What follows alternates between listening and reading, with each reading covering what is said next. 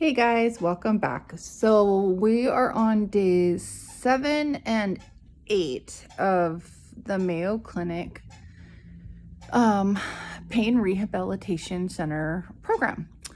So let's see here. A quick review of 7 and then we'll get into 8. 7, we talked a lot more about stress. A lot of this stuff actually we kind of repeat and go back into, but as we go back into things, we go even into more detail. One of the ones for us was stress, and yesterday was stress and anger. We also talked to something about it's called the amygdala hijack. I'm not even going to go into that. That has to do with a lot of what goes on in the brain. If you're really interested in that, please look it up. Like I said, it's called the amygdala hijack. So what we can talk about a little bit here is relaxation and what does it do to relax. We talk a lot about relaxation. We talk about breathing and all that, which is great, but that's not the only way that we relax. There's many different ways that we can relax. When you realize you need to relax, there are many physical and emotional symptoms that you can have that are telltale signs that you need to relax. Sometimes people can feel an increase in their heart rate and blood pressure, high anxiety, or increase in the stress. They can feel it. Increase in pain. That's a big one for all of us. Muscle tightness, sense of being overwhelmed, difficulty sleeping, and difficulty focusing, and poor thinking. All of these things are things that you can have go on when you are under a lot of stress and need relaxation. It's really kind of one of those things where stress will build up for all of those items, and relieving the stress by relaxing is key. And where a lot of people turn to medication to relieve stress and pain, we are fighting really hard in this program to teach that there's many other ways to do it. In fact, medication has very little effect on being helpful, because for sometimes it does help and then you have to increase the doses of medication. So is it really helping in the long run, and what is it actually doing to you? This isn't like a holistic, we're not doing, I'm not telling you to cut off all your medications. By all means, no, please. I'm on medications that I have to constantly be on. What I'm saying, though, is that there isn't a happy pill that's going to make it so your life is less stressed and you're relaxed. That is 100% work you need to do. So what can we do? How can you get relief from your symptoms? So the problem is that when we have these symptoms, our body goes into a flight or fight or freeze mode. Fight revs us up.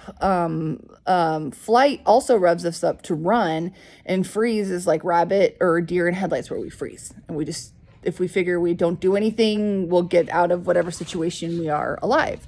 And that's actually more of a recent finding, that people freeze. When we finally relax from the situation we're in, it actually does amazing things. It lowers the heart rate, leading to less work for your heart. Your blood pressure lowers. Your breathing rate slows and becomes calmer. Your body has less need for oxygen, so it's also calm. Major muscles get more blood flow, which in turn helps with the pain. Brain releases more endorphins. It's a great way for you to actually get more endorphins, which is the feel-good chemical. It is the one that our body naturally makes. So if we could take some time in our day to relax a little bit more and sit and breathe and concentrate on things that we're thankful for and things that we can do. That's one of my big ones. I'm trying to focus on things I can do and not the things I can't or have trouble doing. When we do that, it relieves a ton of stress in us. And when we relieve that stress, we get all those benefits. So the best thing I can say is one of the neat things, I'll read it right here. It's on my paper. Sorry. It says, the best way to help yourself. The best way to reduce your own symptoms is to be aware of the moment when the body automatically begins its flight or fight decision making. So as soon as our body is in that then we're already in extreme situation. So if you know your telltale signs and you can calm yourself before you would get to that, you have a lot better chance of being able to calm and not get into those stressful situations that would throw you into more of a pain episode.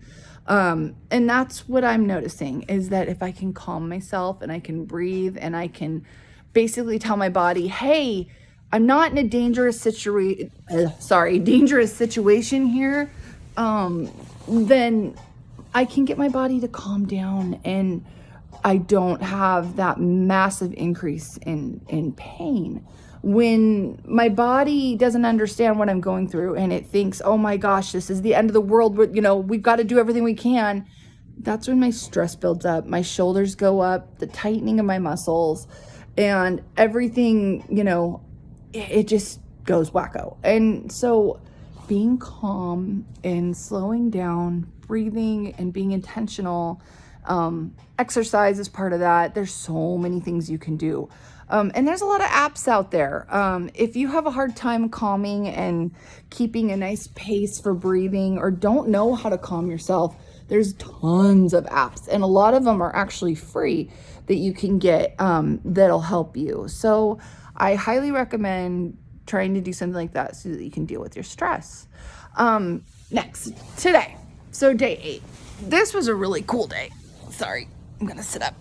So today was family day, and family day was really cool. Our family was given a big old packet on basically the day before, and we went through a condensed image of everything we're going through for the 3 weeks. And why this is so great is because I can talk until I'm blue in the face, and I can tell all of my supporters are your loved ones and ones that care about you, what I'm going through and how I'm feeling.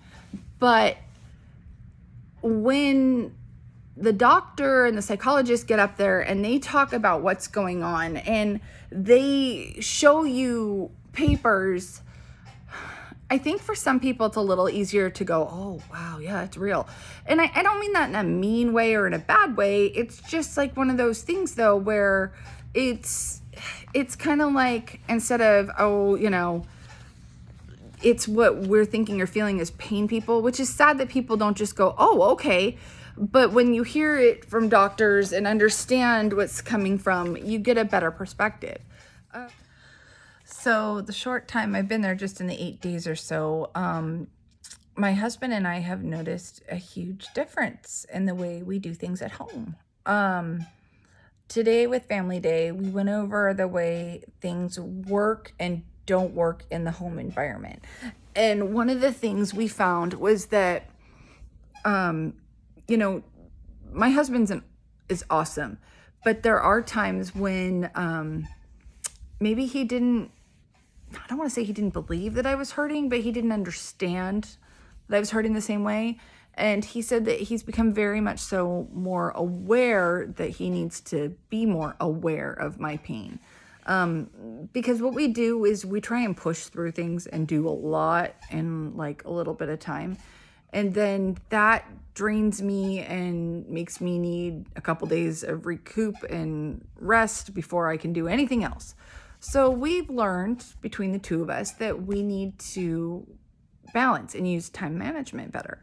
That was one of our take homes from this. There were so many points and things that we talked about during Family Day today that are great and amazing. And I do hope that if you get an opportunity to do this, that you do this and that you share it with your loved ones, because I can learn all this on paper and I can go, yeah, here's my paper. But if I don't actually take it home and use it and teach my husband and my loved ones how to interact and to have this better life with me, then it's not going to do anything. And I don't mean that I change anybody. I'm not trying to change anybody. What I mean is that I need to change what I do. Like, we're going to incorporate exercise and getting out. We're going to incorporate taking breaks when we road trip, which before it would have been like, oh, let's see how fast it takes us to get there. And maybe a potty break here and there. But normally this is a different type of break. This will be a break like getting out of the car and stretching and making sure that I check in with myself and going, hey, body, how you feeling? Are we good? All right, ready to do this? And then getting back in the car and heading out.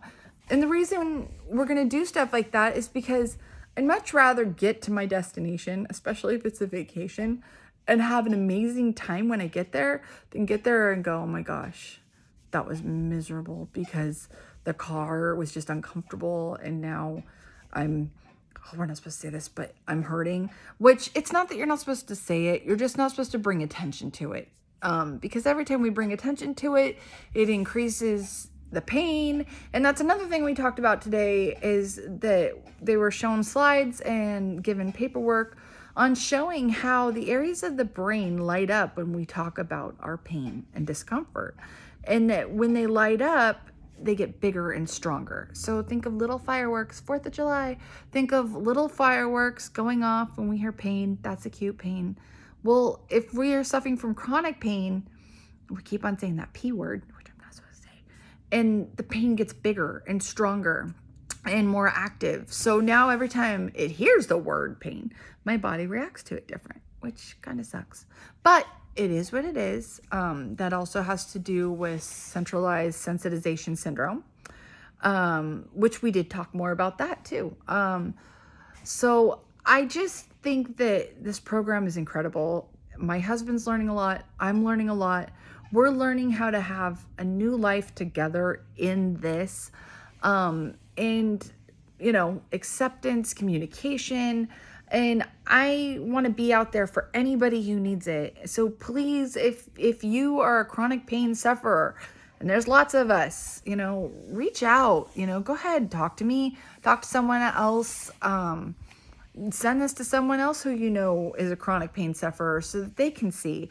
Once again, little disclaimer here, I'm not a doctor. I'm not a psychologist. I am a 40-year-old woman with 2 children and a husband who has chronic pain. And I am talking about the experience I am having and how it truly does feel like it's changing my life. So with that being said, I just want to wish you guys all a happy 4th of July. And we don't have any school on Monday, but I should be back maybe on Tuesday. We'll see. I hope you guys are all safe. And like I said, have a great weekend. Talk to you soon. Thanks. Bye.